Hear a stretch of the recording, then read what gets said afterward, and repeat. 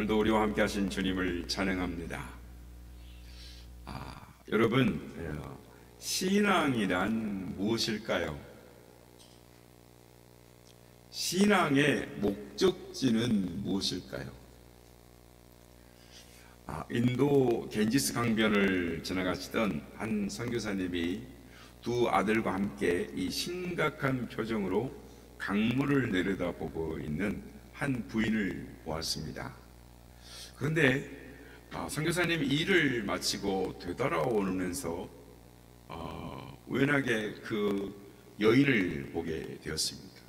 그런데 아까 볼 때는 한 아들이었는데, 아니 두 아들이었는데 보니까 하나들만 있는 거예요. 그래서 순간 선교사님이 섬뜩한 생각이 드셨어요. 그래서 물었습니다. 부인, 몇 시간 전에는 두 아들이 있었는데 지금은 한 아들뿐이네요. 한 아들은 어디 갔습니까? 그랬더니 이 여인 하는 말이, 큰 아들은 겐지스 강에 신께 바쳤습니다 라고 말을. 뭐라고요? 근데 왜 큰 아들을 바쳤습니까? 그랬더니 하는 말이, 작은 아들이 병들었습니다. 어떻게 신께 병든 아이를 바치겠습니까? 하면서 신에게 좋은 것을 바치기 위해서 잘생기고 건강한 큰 아들을 겐지스 강에 떠밀어버렸다는 것입니다. 신령한 것에 대해서 모르니까 우상에 끌려다니다가 자식도 죽이게 되는 것입니다. 아프리카에 있는 어떤 동네에는 사람이 죽으면 땅에 묻지 않고 산에 가서 나무에 이렇게 올려놓는답니다. 보신 적이 아마 있으실 거예요. 다큐멘터리. 새들이 이 시신을 뜯어먹도록 하기 위해서 그렇게 한 것입니다. 시신을 땅에 묻거나 땅에 다니는 짐승들이 먹으면 그 영혼이 나쁜 세계로 가기 때문에, 공중을 날아다니는 새들이 먹으면 그 영혼이 새처럼 훨훨 날아서 좋은 나라, 하늘나라를 간다고 믿기 때문에 그 위에 올려놓는다라는 것입니다. 얼마나 참 무식한 소치입니까? 그러나 여러분, 대학을 나와도 박사가 되어도 신령한 지식이 없는 사람은 돌아가신 부모님의 묘지도 마음대로 정하지 못합니다. 혹 묘지를 잘못 썼다가 망할까 봐서 두려워하는 것이죠. 그러나 신령한 것에 대해서, 하나님에 대해서 알게 되면 이 모든 것에서부터 자유를 누리게 되는 것입니다. 성경학자들은 오늘 보면 고린도 전서를 목회 행정적인 서신이다 라고 말을 합니다.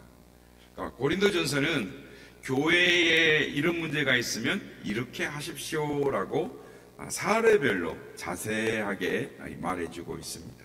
그래서 분파가 있을 때는 이렇게, 교회 내에 음행의 문제가 있을 때는 이렇게, 성도 간의 법정에서 다툼이 있고 호소가 있을 때는 이렇게, 결혼 문제는 이렇게, 우상에 바쳐진 재물에 대해서는 이렇게, 성만찬은 이런 것입니다, 부활은 이런 것입니다, 헌금은 이렇게 하는 것입니다. 그 밖에 많은 것들을 가르쳐 주는 것이죠. 오늘 보면 고린도전서 12장은 성령 하나님께서 우리에게 어떤 은사를 주셨는지, 그리고 왜 우리에게 성령의 은사를 주셨는지에 대해 말씀을 하고 있습니다. 오늘 보면 1절에서 2절 말씀입니다. 형제들아, 신령한 것에 대하여 나는 너희가 알지 못하기를 원하지 아니하노니, 너희도 알거니와 너희가 이방인으로 있을 때에 말 못하는 우상에게로 끄는 대로 그대로 끌려갔느니라. 먼저는 성도들이 신령한 세계에 대해서 알아야 한다라고 말합니다. 알지 못하면 어리석은 우상에게 끌려다니게 된다라는 것입니다. 세상에는 신령한 세계를 몰라서 우상에게, 미신에게 속아 사는 사람들이 너무나 많습니다. 우리가 지금 과학 만능 시대를 살고 있습니다. 고도로 발전한 시대에 살고 있는데 어느 때 보면 참 한심할 때가 있습니다. 소위 인류 대학을 나왔다는 사람들이 또는 고급 공무원이나 또는 대기업의 간부들이 어떤 무슨 사업을 한다고 하고 프로젝트를 한다고 하면은 큰 행사를 앞두고 뭘 합니까? 고사를 지내는데 왜 하필이면 싸구려 돼지 머리를 놓고 하는지, 또 10,000원짜리를 웃는 얼굴 돼지 주둥에다가 이렇게 코에다가 꽂아 놓으면서 그 앞에다가 넙죽넙죽 절을 하는지, 그 모습이 아무리 봐도 참 가관인 것이죠. 우리의 온수마귀는 공격을 하는 것입니다. 성도들을 공격합니다. 우는 사자와 같이 삼킬자를 찾아다니는 것입니다. 그래서 정신 이상을 일으키기도 하고 몸을 병들게 하기도 하고 가정을 깨뜨리기도 하고 신앙을 버리게도 만들고 가난하게도 만들고 온갖 저주 가운데 빠지도록 만드는 것입니다. 오늘 본문에 보면은 사람을 말 못하는 우상으로 끌고 간다라고 말합니다.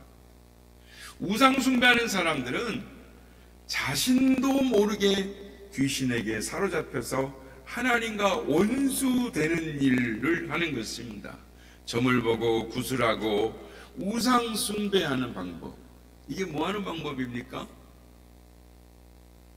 귀신하고 접신하는 방법입니다.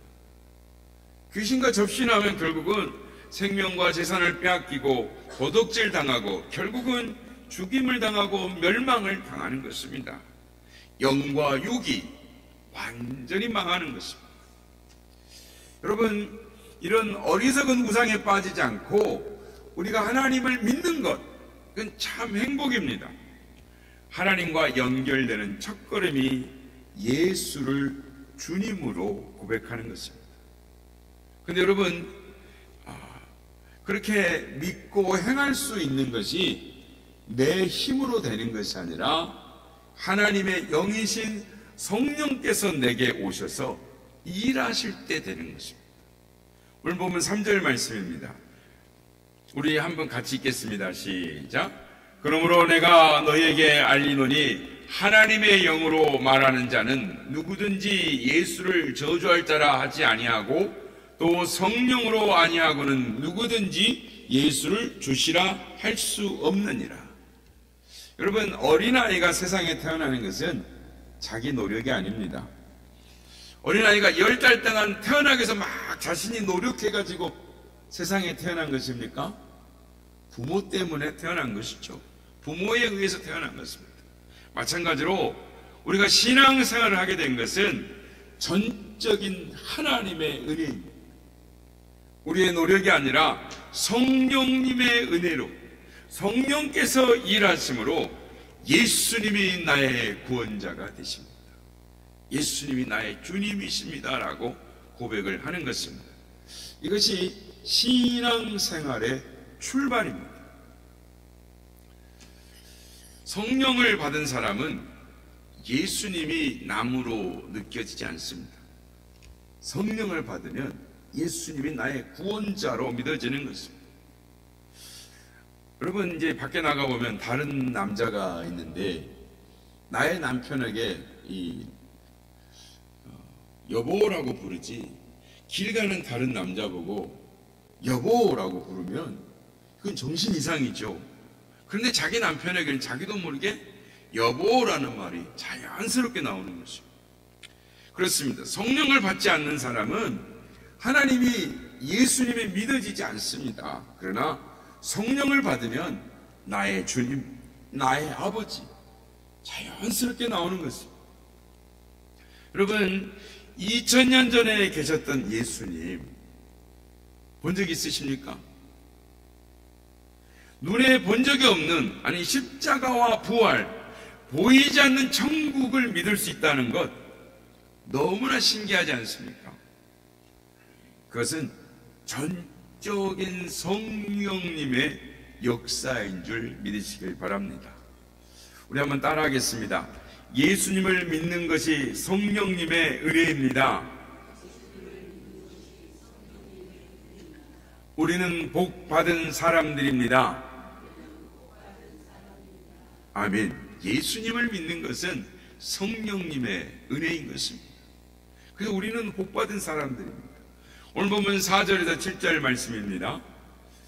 우리 말씀 한번 같이 읽겠습니다. 4절 7절. 오늘 본문의 중요한 내용입니다. 시작.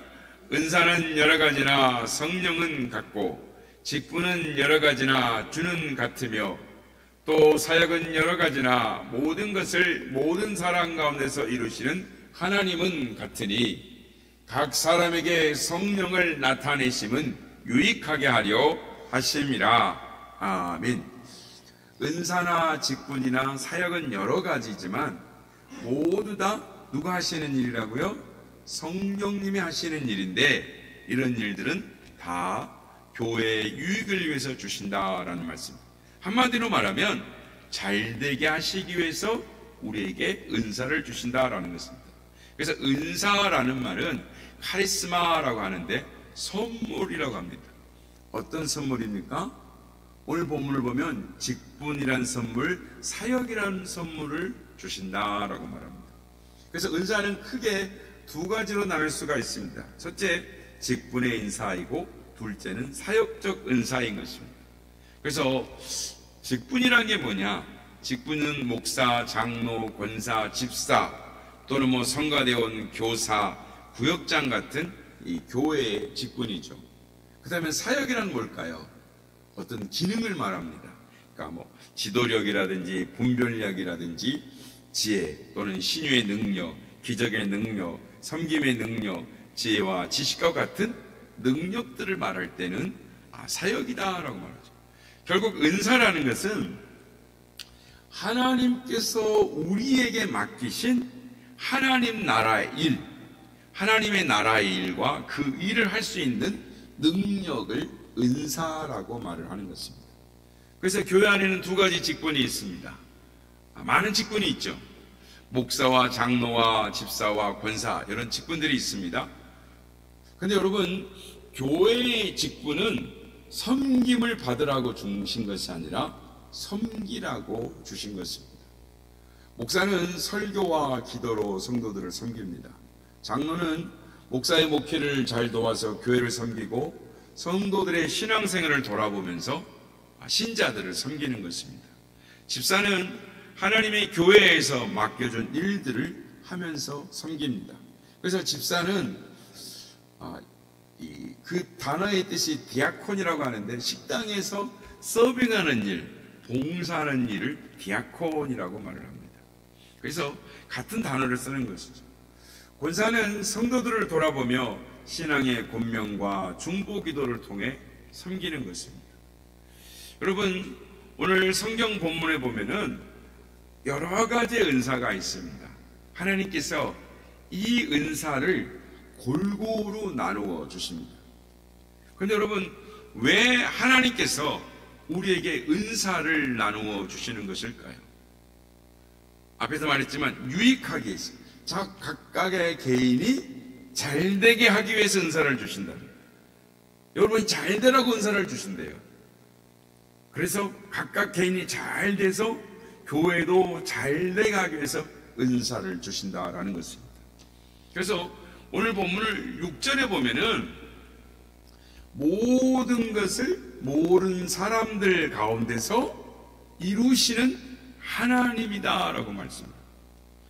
하나님은 모든 성도들에게 각자에게 하나님 나라의 일거리를 주시고 그들을 통해서 하나님 나라를 이루게 하신다라는 것이죠.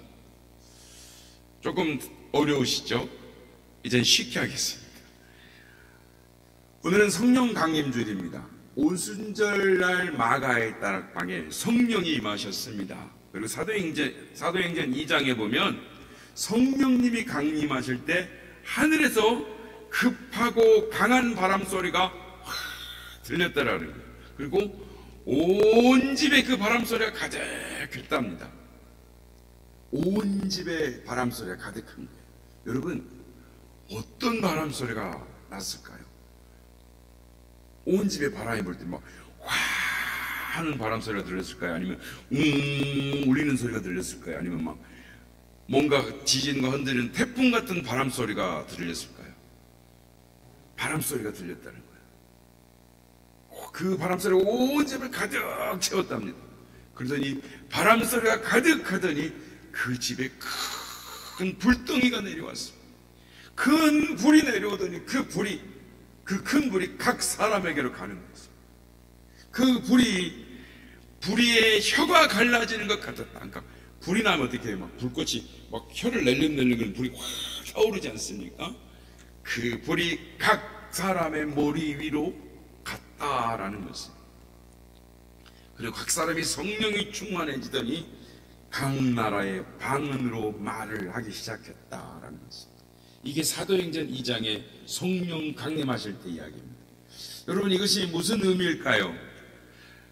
사도들이 모인 다락방에 120명의 사람들이 성령 충만한 다음에 그 다음에 어떻게 되었을까요? 그것이 오늘 본문의 내용입니다. 앞에서 성령님께서 왜 우리에게 은사를 나눠주시는지에 대해서 이미 말씀을 드렸습니다. 그렇다면 제자들이 성령 충만한 다음에 마가의 다락방에 성령의 불이 임하고 강한 바람이 임했는데 그 다음엔 어떻게 됐냐는 거죠. 오늘 본문에 나오는 것입니다. 사람들이 은사를 받았습니다. 어떤 은사가 있었습니까? 오늘 본문 8절에서 11절 말씀 한번 같이 읽겠습니다. 시작. 어떤 사람에게는 성령으로 말미암아 지혜의 말씀을, 어떤 사람에게는 같은 성령을 따라 지식의 말씀을, 다른 사람에게는 같은 성령으로 믿음을, 어떤 사람에게는 한 성령으로 병 고치는 은사를, 어떤 사람에게는 능력 행함을, 어떤 사람에게는 애언함을, 어떤 사람에게는 영들 분별함을, 다른 사람에게는 각종 방언 말함을, 어떤 사람에게는 통역함을 주시나니 이 모든 일은 같은 한 성령이 행하사 그의 뜻대로 각 사람에게 나누어 주시는 것이라. 아멘. 오순절날 마가의 다락방에 성령이 임하셨는데 12 제자뿐만 아니라 120명의 사람들에게 은사를 나눠주셨다라는 거예요. 여러분, 성령님은 오늘도 성도들에게 각자에게 맞는 은사를 나누어 주고 계십니다. 여러분, 우리가 예수 믿는 이유가 무엇입니까? 질병을 치유받기 위해서입니까? 경제적으로 복을 받기 위해서입니까? 자녀가 잘되게 하기 위해서입니까? 성공하기 위해서입니까? 물론 우리가 예수님을 믿으면 이러한 문제들이 치유되고 회복되고 해결이 됩니다. 그러나 우리가 예수를 믿는 근본적인 이유가 무엇입니까? 그것은 구원받아서 천국 가기 위해서인 것이죠. 그런데 여러분, 성령님께서 우리를 예수 믿게 한 이유가 뭘까요? 성령님께서 하나님을 아버지라고 예수님을 나의 구주라고 믿게 하신 이유가 무엇일까요?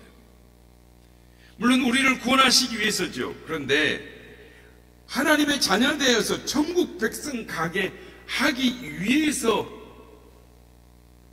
그것이 우리를 구원하신 이유라면 우리가 믿는 즉시 어떻게 해야 됩니까?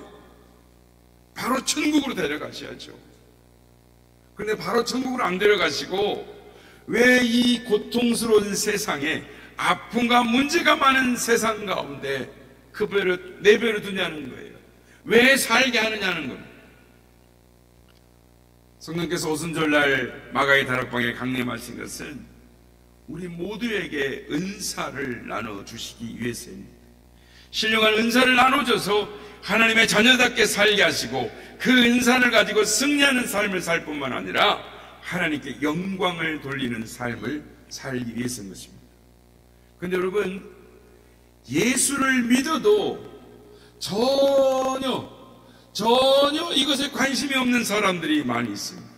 예수 믿었으면 됐지, 천국 가게 됐으면 됐지, 뭐가 더 필요해? 라고 말을 하면서 관심을 갖지는 않습니다. 성령님이 왜 오셨는지.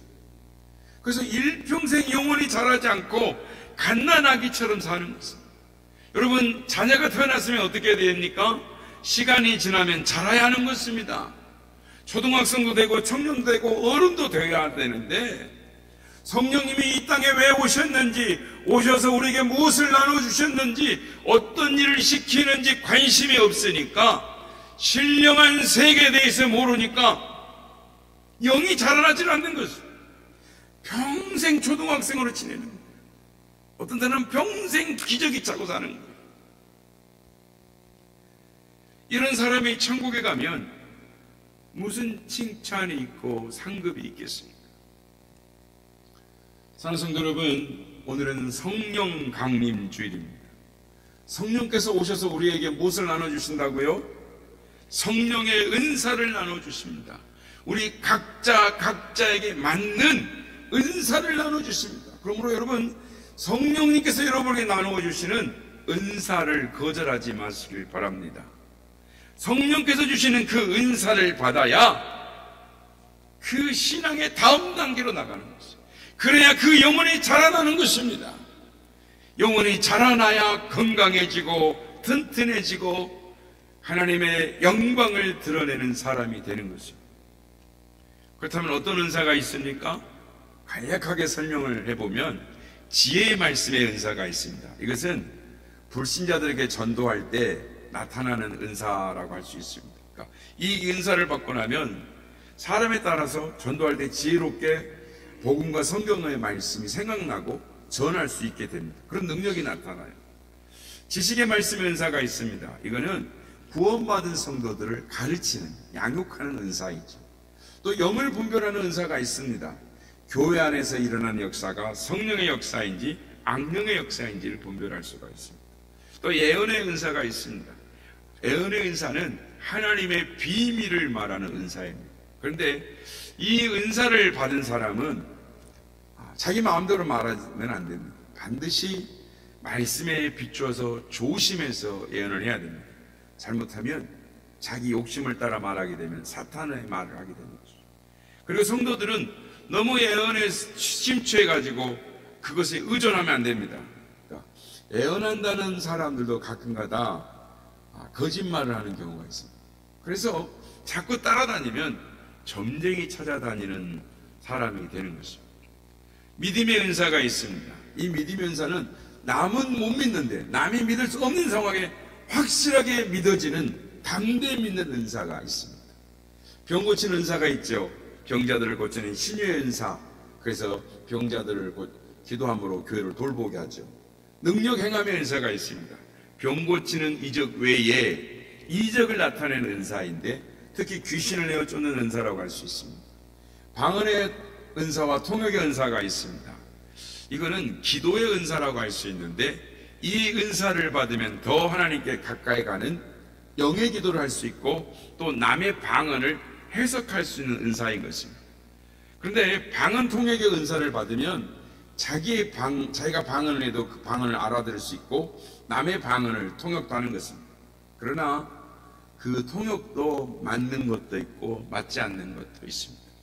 그래서 이상한 사람들은 거짓으로 통역을 하는 것입니다. 이 외에 로마서 12장에 보면 7가지 은사에 대해서 이야기를 합니다. 섬기는 은사, 긍휼을 베푸는 은사, 권면하고 위로하는 은사, 다스리는 은사, 가르치는 은사 등등이 있습니다. 여러분, 오늘은 무슨 주일이라고요? 성령 강림 주일입니다. 성령께서 강림하셔가지고 우리에게 선물 보따리를 주셨습니다. 그 선물 보따리에 성령의 은사가 있습니다. 여러분 각자에게 맞는 은사를 주셨습니다. 여러분, 이건 마치 여러분이 핸드폰을 선물로 받은 것과 같습니다. 요즘 핸드폰에 얼마나 기능이 많습니까? 손에 들고 다니는 고성능 컴퓨터죠. 모두가 잘 아는 카톡 기능이 있습니다. 내비게이션 기능이 있고요. 또 카카오맵 기능이 있어서 어느 목적지를 가려고 하면은 버스 몇 분을 타고 가야 되는지, 지하철 몇 호선을 타고 가야 되는지, 차가 몇 분 후에 도착하는지를 가르쳐 줍니다. 또 핸드폰으로 세금도 내고 은행 업무도 봅니다. 핸드폰으로 맛집을 알아보고 주문을 하고 영화를 예약하고 영상 편집을 하고 인스타그램을 하고 이제는 AI가 탑재되어서 이동하면서 서류 작업을 하고 사물을 봅니다. 이 외에 얼마나 기능이 많은지 모릅니다. 그런데 여러분, 같은 핸드폰을 들고 다니면서도 어떤 사람은 전화 정도, 카톡 정도만 하는 사람들이 있습니다. 그 외에는 쓸 줄을 모르는 거예요. 그러나 어떤 사람은 이 핸드폰 하나를 들고 전 세계를 여행을 다닙니다. 핸드폰에 동시 통역이 있어요. 성도 여러분, 오늘 본문은 청소년들이 자신의 진로를 알아보는 적성검사와 같습니다. 적성검사지를 풀고 나면 그 사람의 성향이 외향성인지 내향성인지, 그 사람의 직업이 다이나믹한 활동성을 가지는 직업을 가져야 할지, 정적인 사무적인 직업을 가져야 할지, 기술직을 가져야 할지, 창조적인 예체능의 길로 가야 할지 예측할 수가 있어요. 자신의 미래를 알고 싶은 사람은 진취적이고 발전적이면서 자신의 적성을 알아봅니다. 그리고 연구나 공부를 하죠. 노력을 합니다. 그래서 그 사람은 미래가 밝습니다. 그러나 자신의 미래에 대해서 관심도 없고 생각도 없이 사는 사람은 오랜 시간이 지나면 열매가 없습니다. 세월만 흘러간 것이죠.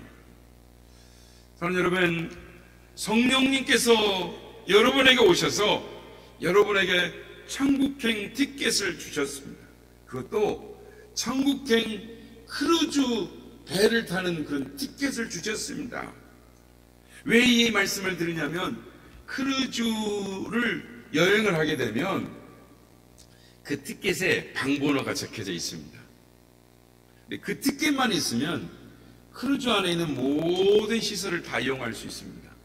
크루즈 안에는 여행객들이 여행에 지루하지 않도록 많은 쇼 프로그램들이 있습니다.